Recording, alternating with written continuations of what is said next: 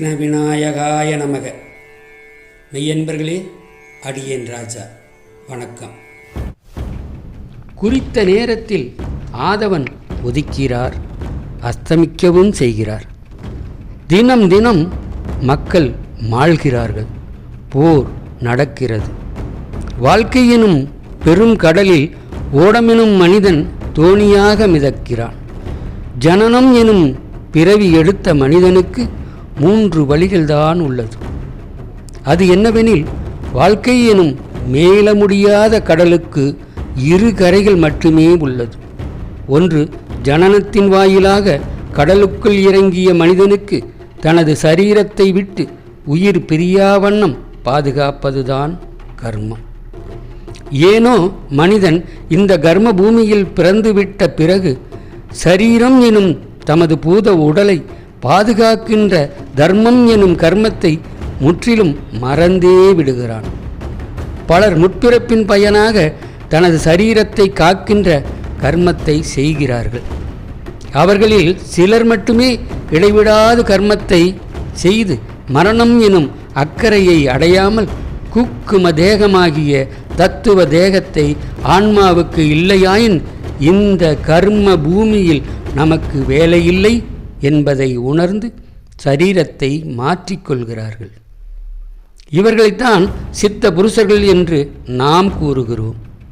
இவர்கள் நமது சரீரத்துடன் இன்றும் நம்மிடையே வாழ்ந்து கொண்டுதான் இருக்கிறார்கள். இவர்களைத் தவிர மற்ற எல்லோரும் திரிதோஷம் எனும் 3 ஆசைகளில் சிக்குண்டு தினம் தினம் ஏதேனும் ஒரு வழியில் குருச்சேத்திரம் எனும் போரை சந்தித்து கொண்டுதான் இருக்கிறார்கள்.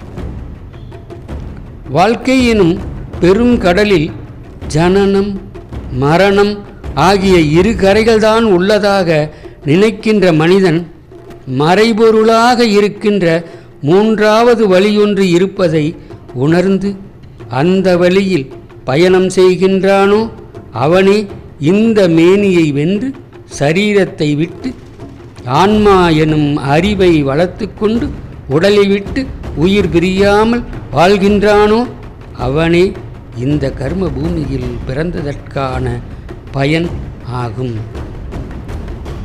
8ஆம் நாள் யுத்தம் முடிந்து பாசறைக்கு சென்ற துரியோதனன் தனது தம்பியர்கள் 15 பேர் மாண்டதை குறித்து பெரிதும் வருந்தினான். கர்ணனை அழைத்து, ராதேயா, எனது தம்பியர்கள் மாள்கிறார்கள், என் சேனைகளும் தான். நீ இப்போது எனது நலத்தை நாடி ஆவனாசை என்றான். தம்பி பீஷ்மர் சபையின் நடுவே தனது ஆயுதத்தை கீழே வைத்து விட வேண்டும். பிறகு நான் நாளையே பாண்டவர்களை வரைத்து உனக்கு வெற்றியை தருகிறேன் என்றான் கர்ணன். இதை கேட்ட துரியோதனன் மிகவும் மகிழ்ந்து தேரேறி பீஷ்மர் கூடாரம் சென்று அவரை வணங்கி, பிதாமகரே, நீ பாண்டவர்கள் மீது உள்ள கருணையால் அவர்களை கொல்ல மாட்டேன் என்று கூறுகிறீர்கள். அதனால் எனக்கு தோல்வியே மிஞ்சுகிறது. ஆதலால் நீர் உமது ஆயுதத்தை பூமியில் வைத்துவிடு. கர்ணன் நாளை பாண்டவர்களை கொன்று எனக்கு வெற்றியை தருவான் என்றார். துரியோதனா, தகாத வார்த்தையால் எனது நெஞ்சத்தில் ஈட்டியை பாய்ச்சாதே. இது உனக்கு அழகன்று. நான் இத்தனை காலமாக பெருமிதத்துடன் வாழ்ந்தேன். முடிவு காலத்தில் ஆயுதத்தை கீழே வைப்பதா? என்ன நினைத்து என்ன சொல்லுகின்றாய் மகனே? கர்ணன் பாண்டவர்களை கொன்று உனக்கு வெற்றியை தருவான் என்று நினைக்கிறாயா? சித்திரசேனனுடைய போரிலும் மாடுபிடி சண்டையிலும் இந்த கர்ணன் இருந்தான் தானே? ஏன் அவனது அர்ஜுனனை வெல்லவில்லை? நிறைமீட்சியில் அர்ஜுனன் ஒருவனாக நின்று எல்லோரையும் வென்றானே, அது ஒன்றே அவனுடைய ஆற்றலை உணர்த்தவில்லையா? நாளை ஒரு நாள் பொறு, என்னால் முடிந்தவரை யுத்தம் செய்து உனக்கு வெற்றியிட்ட பார்க்கிறேன். சிறிது பொறுத்துக்கொள் என்று கங்காபுத்திரர் கூறினார். அது கேட்ட துரியோதனனும் மகிழ்ந்தான். காலையில் இருதிறத்து சேனைகளும் போர்க்களத்தில் அணிவகுத்து நின்றன. அபாச சகுனங்கள் தோன்றின. போர் மூண்டது. அபிமன்யு ஊழிக்காற்று பஞ்சி குவியலை சிதறடிப்பது போல் துரியோதனன் சேனையை சிதறடித்தான். அப்போது அபிமன்யுவை எதிர்ப்பார் அங்கு ஒருவரும் இல்லை. துரியோதனன் வேண்ட அலம்புசன் வந்து எதிர்த்தான். திரௌபதியின் புதல்வர்கள் 5 5 நட்சத்திரங்களைப் போல வந்து அபிமன்யுவுக்கு துணை செய்து அலம்புசுடனுடன் போர் புரிந்தார்கள். அலம்புசன் மாயப்படையால் எங்கும் இருள் மூளச் செய்தான். இருளில் 1000 கணைகளை சொரிந்தான். அபிமன்யு பாஸ்கரப்படையால் மாயையின் இருளை மாற்றி அலம்புசனை தேவாஸ்திரங்களை ஏவி துன்புறுத்தினான். அலம்புசன் அஞ்சி புறங்கொடுத்து ஓடினான். துரோணருடன் அர்ஜுனன் போர் புரிந்தான். அவரும் சீடன் என்று கருதாது பானங்களை பொழிந்தார். அர்ஜுனனும் குரு என்று கருதாமல் அவரை அம்புகளால் அடித்தான். பல மன்னர்கள் அர்ஜுனனை எதிர்த்தார்கள். அர்ஜுனன் பலரை மாய்த்தான். பீஷ்மருடைய தேருக்கு முன் அர்ஜுனனுடைய தேர் சென்றது.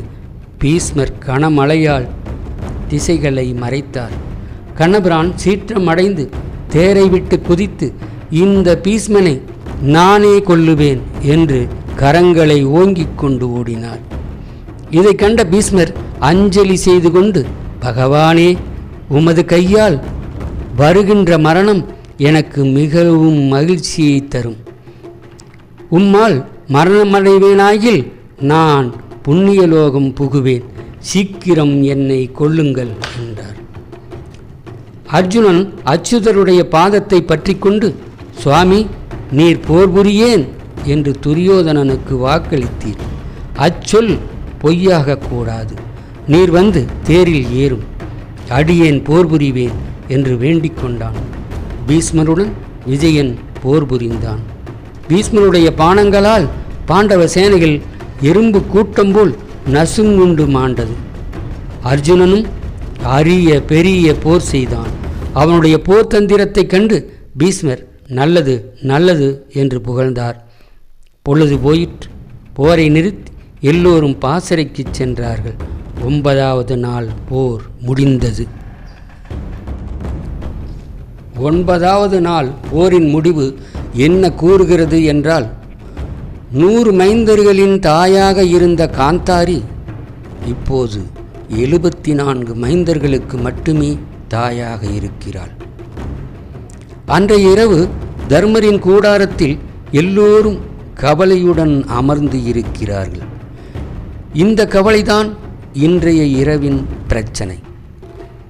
தர்மர், மச்சைய நாட்டு அரசே, இந்த யுத்தத்தின் முடிவை பற்றிய உங்கள் அபிப்பிராயத்தை தெரிவியுங்கள் என்றார். கங்கை மைந்தர் இருக்கும் வரை இந்த போரை யாராலும் வெல்ல முடியாது மகாராஜா. அவரிடம் இச்சை மரணம் எனும் வரம் இருப்பதால் தான் நமக்கு பிரச்சனை. இல்லாவிடில் இந்நேரம் அவரது கழுத்தை வெட்டியிருப்பேன் என்றான் மச்சைய நாட்டு அரசன். நாவை அடக்கு திஷ்டதுய்மா, அவர் எனது பிதாமகர். அவரை பற்றி பேசும்போது கடும் சொற்களை பயன்படுத்தாதே என்றான் அர்ஜுனன். நான் அவர் காலில் விழ வேண்டுமா? நான் உங்களுக்கு நன்றிகடன் பட்டவன் என்று சொல்லவா? அவர் காரணமாக நாம் ஒரே நாளில் வெற்றி பெற வேண்டிய போரை 9 நாட்களாகியும் வெற்றி பெற முடியவில்லையே என்றான் திஷ்டதுய்மன். இது சிறந்த சத்திரிய வீரர்களின் மகிமை எனது அருமை திஷ்டதுய்மனா என்றார் பரந்தாமன். அப்படியானால் நான் அவர்களின் காலில் விழ வேண்டும் என்று பரிந்துரைக்கிறீர்களா பரந்தாமரே என்றான் திஷ்டதுய்மன். அவரை போன்ற மகாத்மாவின் காலில் விழ நாம் கொடுத்து வைத்து இருக்க வேண்டும் திஷ்டதுய்மனா. இந்த தர்மச்சேத்திரமான குருச்சேத்திரத்தில் அவரது ஆசீர்வாதத்தை போன்ற சிறந்த ஆசீர்வாதம் வேறொன்றும் கிடையவே கிடையாது. ஆனால் நீங்கள் செல்வதால் எதுவுமே நடக்காது. தர்மர்தான் செல்ல வேண்டும். இவர் சென்று அவர் வழங்கிய ஆசீர்வாதத்தை திருப்பித் தர வேண்டும். அவர் வழங்கிய வெற்றி எனும் ஆசீர்வாதத்துக்கு இடையூறாக அவரே நிற்கிறார் என்றார் கிருஷ்ணர். கங்கை மைந்தர் கூடாரம் தர்மரும் அர்ஜுனனும் வந்து வணங்குகிறார்கள். பீஷ்மர் அவர்களுக்கு வெற்றி எனும் ஆசியை வழங்குகிறார். தர்மர், நாங்கள் ஆசி பெற வரவில்லை பிதாமகரே, நீங்கள் எங்களுக்கு வழங்கிய வெற்றி எனும் ஆசியை திருப்பித் தர வந்துள்ளோம் என்றார். நீ என்ன சொல்கிறாய் மகனே?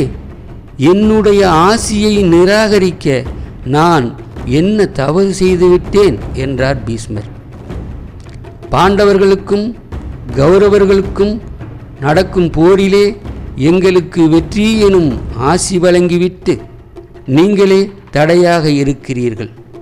ஆகவே நீங்கள் உங்கள் ஆசீர்வாதத்தை திரும்ப பெற்றுக்கொள்ளுங்கள் என்றான் அர்ஜுனன். ஆம், சரியாகத்தான் சொல்கிறாய் மகனே. உங்களுக்கும் உங்கள் வெற்றிக்கும் தடையாக நான் தான் இருக்கிறேன் என்றார் பீஷ்மர். இதைத்தான் வாசுதேவரும் சொன்னார் என்றார் தர்மர். வாசுதேவரே சொன்னாரா?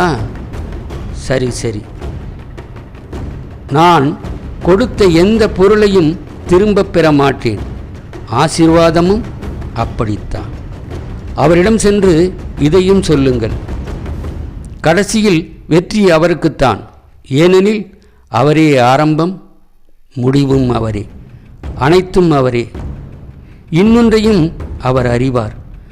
பீஷ்மனின் எதிரில் ஒரு பெண் வந்துவிட்டால் நான் ஆயுதத்தை கீழே வைத்து விடுவேன் என்று.